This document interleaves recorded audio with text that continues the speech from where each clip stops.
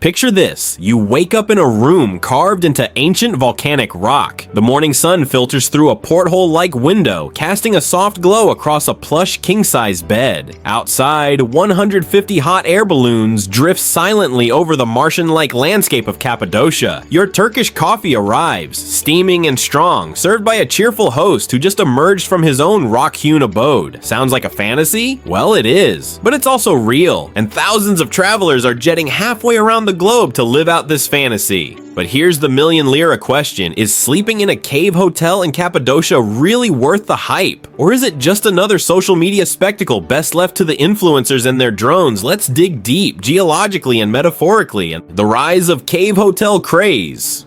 Once upon a volcanic time, soft, tough rock carved by wind and water created Cappadocia's now iconic fairy chimneys. Fast forward a few thousand years, and those natural formations became homes for monks, hermits, and now, well, travel bloggers. Cave hotels have surged in popularity alongside the global hunger for unique stays. Who needs cookie-cutter hotel rooms when you can sleep in an ancient cave with heated floors, Nespresso machines, and, no joke, a private wine cellar built into the rock? In fact, alternative lodging is booming across the globe. According to recent hospitality data, the alternative accommodation market is projected to skyrocket to a jaw-dropping $924 billion by 2034. And Cappadocia, with its magical moonscape and Instafodder hot air balloons, is very much part of that surge. In short, caves are cool again. So, what is a cave hotel anyway? Let's clear something up right away.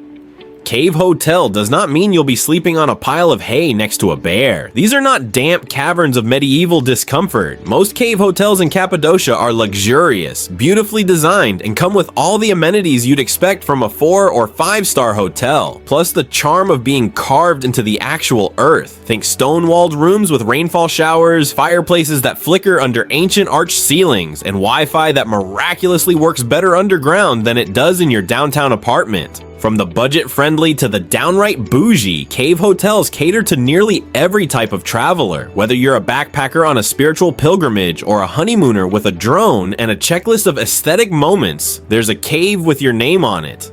The good, the quirky, and the wait, is that a bat? Staying in a cave hotel can feel like time travel with a minibar, but it's not all candlelit bliss and Instagram sunsets. Let's talk brass tacks and the occasional water drip.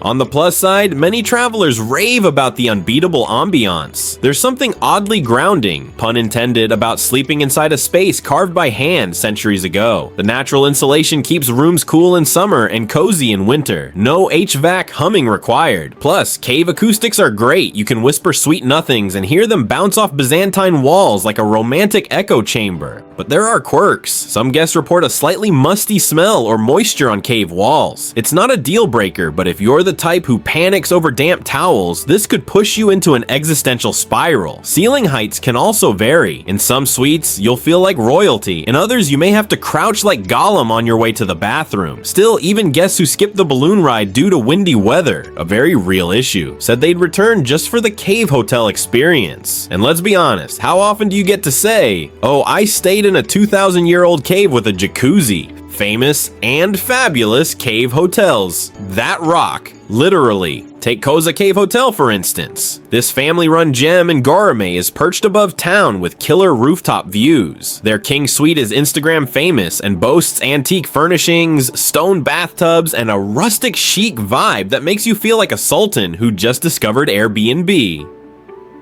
Sultan Cave Suites is another crowd favorite, with its now legendary terrace shots of guests in robes sipping coffee as balloons rise in the background. But spoiler alert, that iconic terrace is only accessible to guests. No sneaking in for a selfie unless you've booked a room. And yes, staff will very politely but firmly escort you back to Earth if you try. Further upscale, Kayakapi Premium Caves in Ürgüp mixes UNESCO-supported restoration with modern luxury. Think spa treatments, fine dining, and suites that blend cave aesthetics with 21st century perks like underfloor heating and HD TVs. Because nothing says ancient charm like binge-watching Netflix in a stone chamber. And let's not forget Argos in Cappadocia, a former monastery turned high-end retreat in Uçhisar. Here you'll find cave suites with fireplaces, wine-tasting lounges, and even an underground tunnel system, which sounds suspiciously like a bat cave for wine lovers. Are cave hotels worth the cost? Rock solid value or pricey pitfall?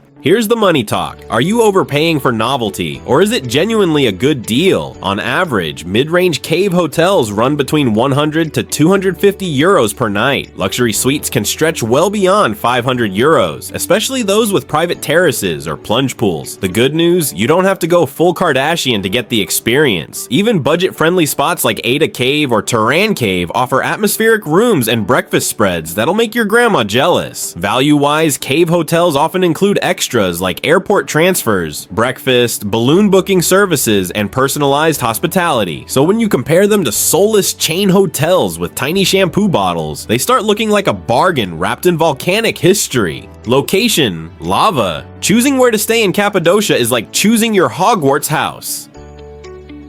Each village has its own vibe. Göreme is the heart of the action. It's got easy access to tours, trails, and balloon takeoffs. But it's also busy. Think souvenir shops, bus groups, and enough selfie sticks to build a footbridge. Ürgüp is quieter, known for wine, and has a more upscale tone. Perfect for couples or introverts who want to contemplate life between sips of local vino. Uçhisar sits at the region's highest point, offering panoramic views and luxury lodges like Argos. Meanwhile, Uçhisar remains the dark horse. Charming, local, and far from tourist mosh pits. So what's the best place? If you're here for balloons and buzz, Göreme. If you want calm and authenticity, Uçhisar or Uçhisar. If you love wine and cobblestone drama, Ürgüp, choose wisely. Young grasshopper. Balloon ride or bust? Let's address the balloon in the room. Yes, the Sunrise hot air balloon ride is a major draw, but it's also weather dependent. Winds over 15 kilometers per hour? Canceled. Rain? Canceled. Too many goats on the launch field? Well, maybe not, but you get the point. To maximize your chances, plan to stay for at least 3 to 4 nights. That way, if one day's a no-go, you'll have backups. And even if you don't fly, watching the balloons from a cave hotel terrace is still magical. Seriously, it's like waking up in a Studio Ghibli movie. Is it worth it? Let's summarize like a dramatic soap opera voiceover. Cave hotels in Cappadocia are atmospheric, romantic, and undeniably Instagrammable. They're quirky, yes, and occasionally humid, but they're also unlike any other hotel experience on Earth. For travelers who crave uniqueness, cultural immersion, and postcard-perfect sunrise views, it's an absolute yes. For those who prioritize nightlife, space, or ceiling height, it might be more of a novelty than a necessity. But if you've watched this far and found yourself daydreaming about sipping tea while perched atop a stone terrace watching balloons kiss the horizon, well, what more do you need?